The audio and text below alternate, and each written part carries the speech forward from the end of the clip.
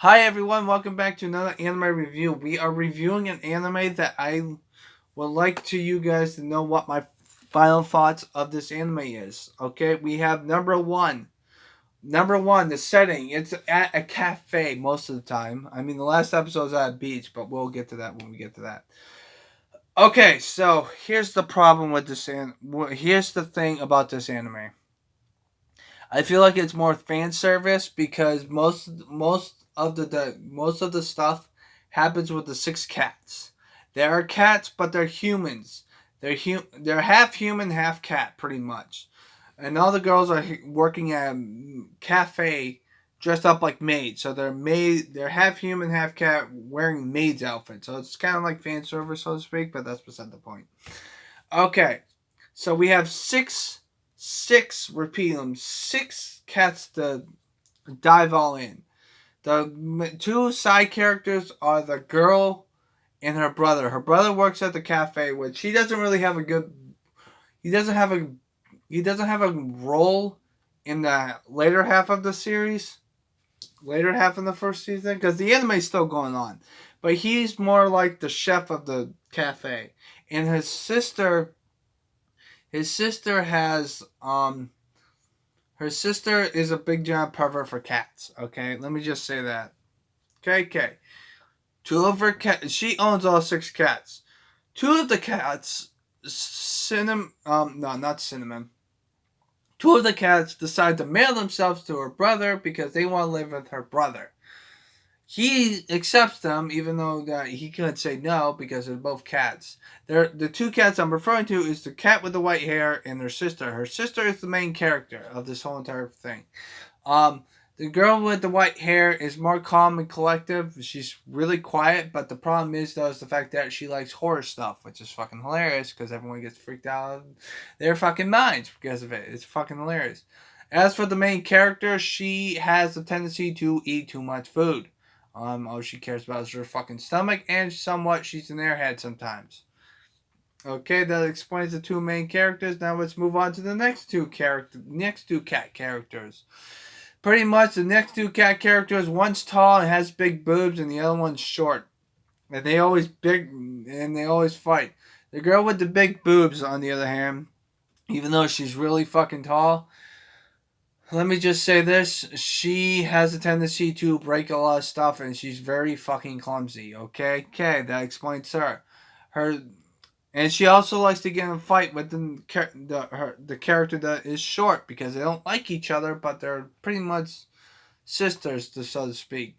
The girl that's short, she's more adult like, and she's more like does everything, but she has a really fucking short temper when it comes to the girl with the who is tall. That's beside the point.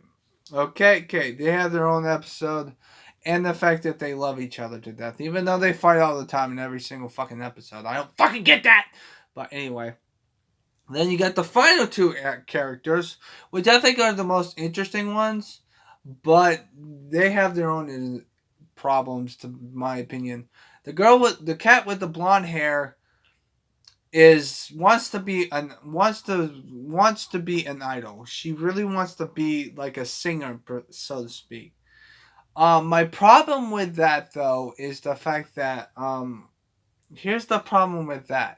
Once she doesn't get a lot of screen time throughout the whole entire series. She has one episode dedicated to herself, and she's just at the sidelines for most of the anime, and that's my main problem with it. And the other character has more. I feel like has more screen time than her because she's just a fucking pervert, and the fact that her boobs grow a hell of a lot faster than everyone else's, which makes no fucking sense.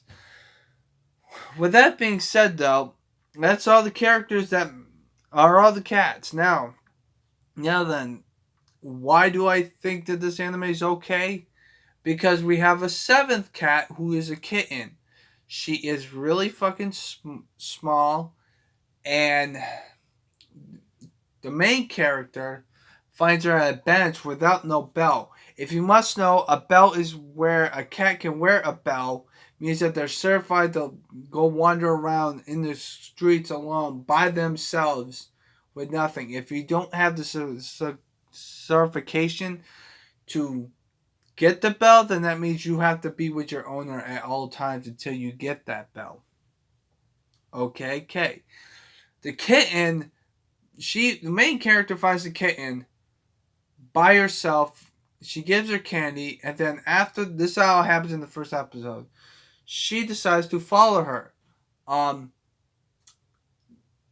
to the house. She has to go live at the sister's house after her brother finds out about it, and he decides to how do I put this? Decides to kick her out, but make sure that she has a home. So he asks her sister, her smaller sister, well, youngest sister, to take care of her, which she has 4 cats already. So she takes care of the 5th cat. Problem is the fact that the kitten has fallen in love with the main cat character, which makes no fucking sense, but whatever. Because she's the one who gave her dry fish she gave her food where no one else did, so that's what happens. Okay, okay.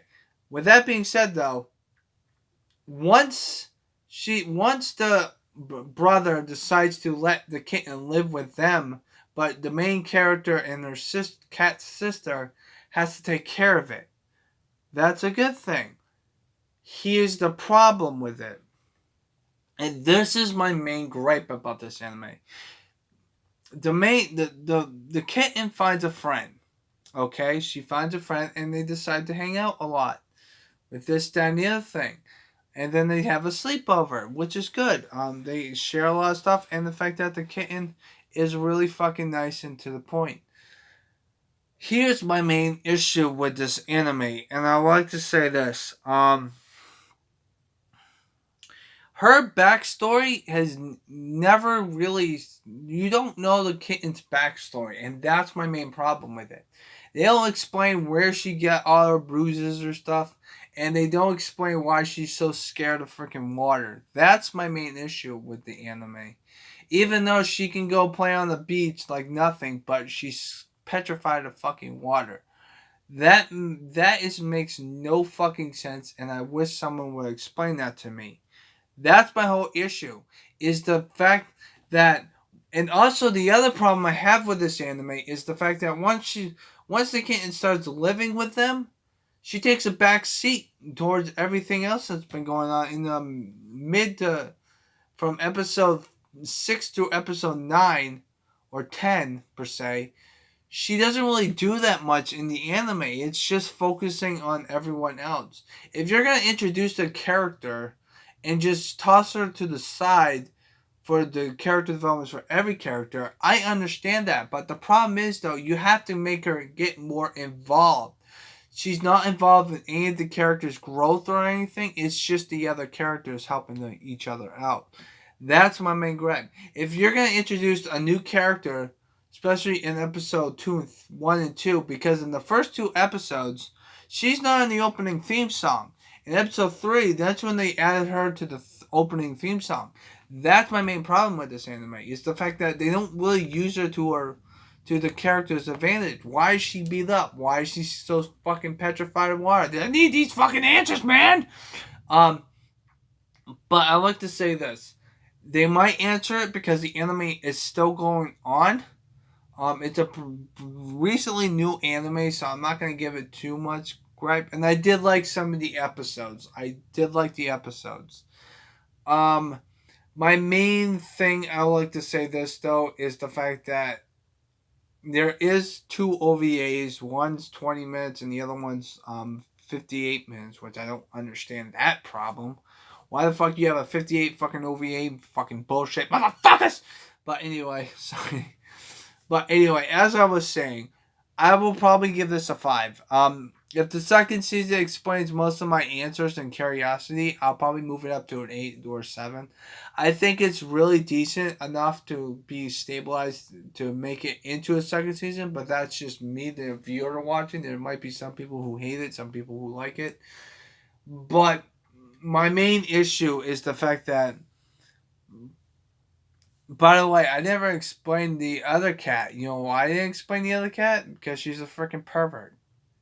I mean, seriously.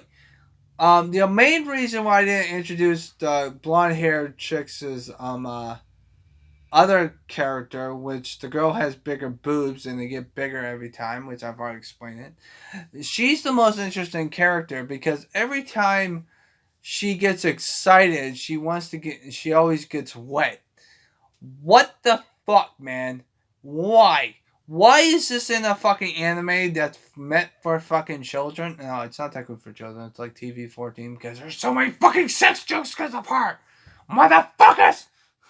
But anyway, um, I'm giving this a 5. What do you guys think of this anime? To be honest with you, I give this a 5. If the second season answers all my questions, I'll probably boost it up to an 8 or 7. But I'm not giving it. I don't think it deserves a 4, a 3, a 2, or a 1 because I at least enjoyed it. So it's not like it's bad per se. But when it comes to my enjoyment, I need to at least understand the story of every character, and they do that. But when you introduce a new character in the first fucking episode, midway through the mid to end episode of the first episode, I need a little more background of the character, and that's my main problem with it. Soundtrack, it's good. It does its job, but anyway, I hope you guys have a nice positive day. Take care, and always keep fucking smiling, motherfuckers. I will come to your house and make a grin on your face, you fucking jackasses. No, stay positive, everyone.